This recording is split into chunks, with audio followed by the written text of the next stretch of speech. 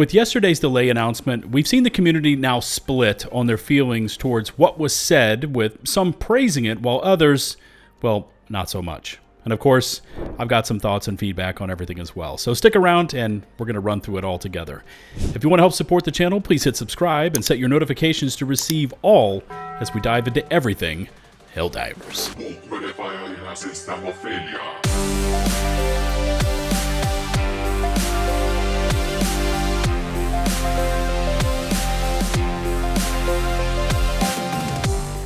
After yesterday's news had posted that whatever was planned for the end of June for the next Warbond had been delayed, we saw a mixture of community sentiment being posted. Coming to us from Ashley Barden of GamesRadar Plus, next Helldivers 2 Warbond needs more time to cook, Arrowhead says, so it's getting indefinitely delayed. Most fans are just glad Arrowhead let them know. Helldivers 2 developer Arrowhead made an impassioned commitment in late spring this year to be better for irritated players. Like an estranged spouse who comes limping back, the developer promised to not just make promises this time, there would be frequent check-ins, community-informed updates, and other attempts to rebuild trust with its increasingly skeptical player base. So far, Arrowhead has stuck to its vows, and therefore it was easy for it to let fans know on June 23rd that the next Warbond would be delayed indefinitely. Leaks earlier this week had Helldivers 2 fans split on its summer Warbond, which was first revealed by a roadmap Arrowhead released in March. And by the way, here is that post and the roadmap, with June seeing the introduction of the new biome or biomes, the Galactic War campaigns, and the last patch introduced some QOL fixes and rebalancing changes. We'll talk about all that more in a moment. Some players were hesitant to judge what amounted to an unreleased battle pass as explained by Reddit screenshots, while others were comfortable declaring the leak, quote, the worst Warbond of Helldivers, as one player wrote in a Reddit thread discussing the content of the leak. The player said in the thread, quote, I'm shocked by the leaks. I thought they were fake, but apparently they're real and it's horrible. Arrowhead hasn't learned anything.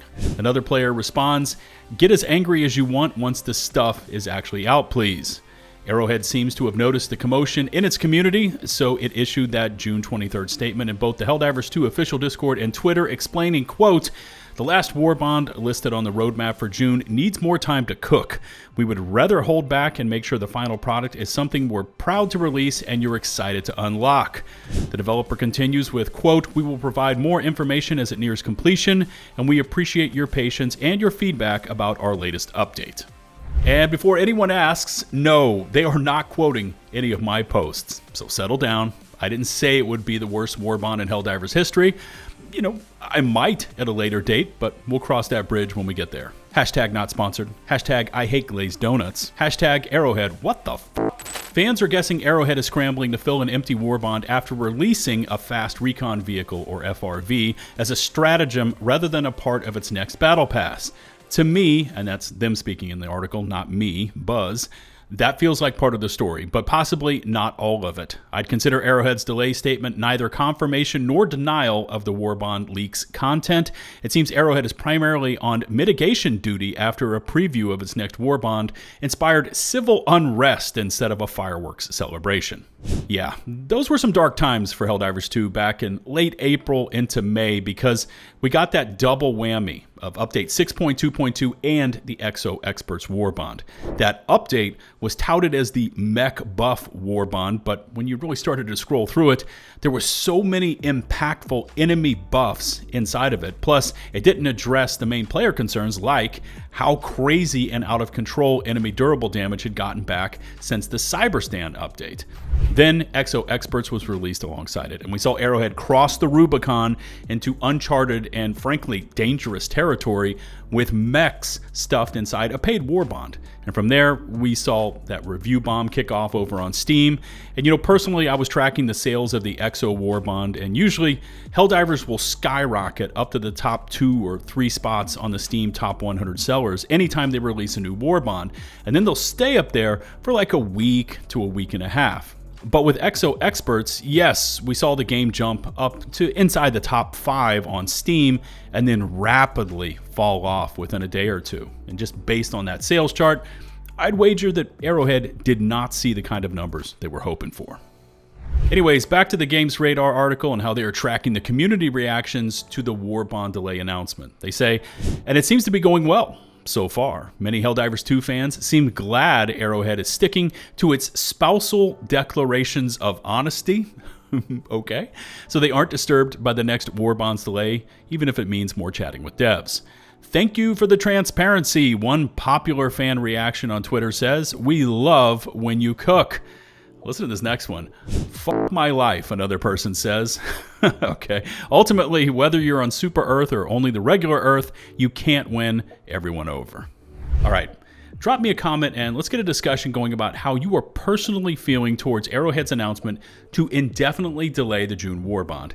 Are you happy? Maybe you're sad. Maybe you're just indifferent. Whatever it is, sound off.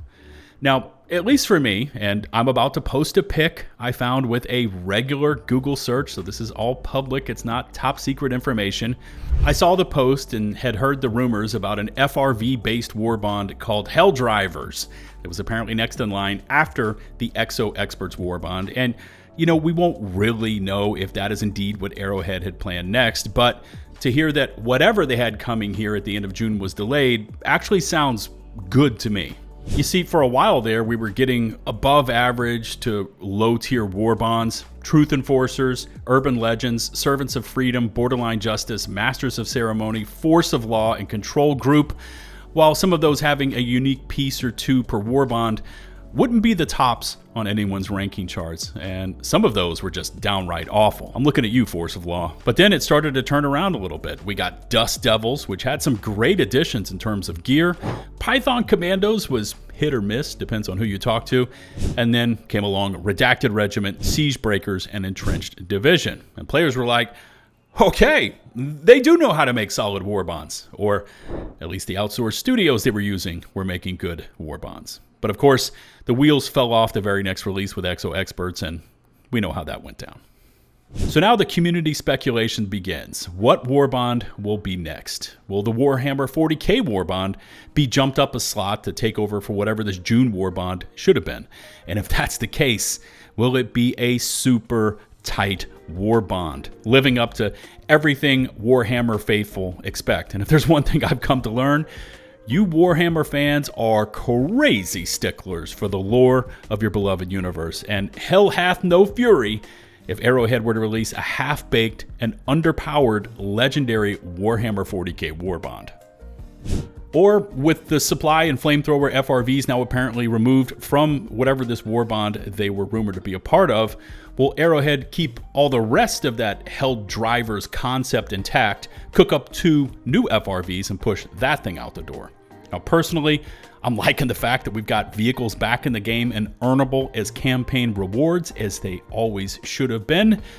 But with Arrowhead, you never know. For those of you logging in today, all 40,000 or so of you, you were met with a major order success message, me included, outlining our victory on 𝗛𝗲𝗃𝗀𝗃𝗀𝗃 versus the automatons and gaining us the bioprocessing facilities, while we also secured 15 million Voteless tissue samples, aka common samples, which now pushes us onto the brink of winning our first ever galactic campaign, as the score is currently tied 1-1, and we have to win this one to take the series and permanently keep the supply FRV. This time, we are tasked with holding Allaraf and preparing 25 million Voteless specimens for study, aka it's a kill count major order. Now, there's a couple different ways to do this. First, yes, you can push through whatever difficulty you're used to playing, but with the way the game is currently running and the way it's bringing in spawns and how light they are, expect quite a few harvesters and flesh mobs, even on mindless masses on the highest tiers. Or you can drop the difficulty down to, say, a 1 or 2 and just straight farm Voteless for 40 minutes straight. Remember, the only 2 things we have to do to win this MO is to be left holding Allaraf once it's all said and done, plus we need to body 25 million Voteless. We tried out the trivial farming method this morning, and yeah, you can get a little bit of a farm going, even on this difficulty, but I will say if you are used to taking on more of basically everything at once, this drop in difficulty may seem mind-numbingly boring. Either way, Part 3 of the Census Thunder campaign, dubbed Repatriation, is currently ongoing, and it really boils down to how quickly you can kill Voteless. Anyways, that's it for today. We'll have to watch and see what Arrowhead produces over the next couple months, because they, as a studio, are deep into their summer holidays. And with the news of the delayed Warbond, there's a lot riding on whatever they bring out in its place. Plus, we are now just over a week since the last patch where the studio said there was too many changes to list, and we still have not seen those changes either listed out by the studio or an outside source. And if anyone at the studio is actually listening to this video, it's time to give us a list of those changes. If you haven't done so already, please hit subscribe and ring the notifications bell to receive my future upload alerts. And a massive shout out goes out to all of our hardcore channel supporters. Until the next one, this is 𝗲𝗲𝗹𝗶𝘀𝗂𝗧, signing off.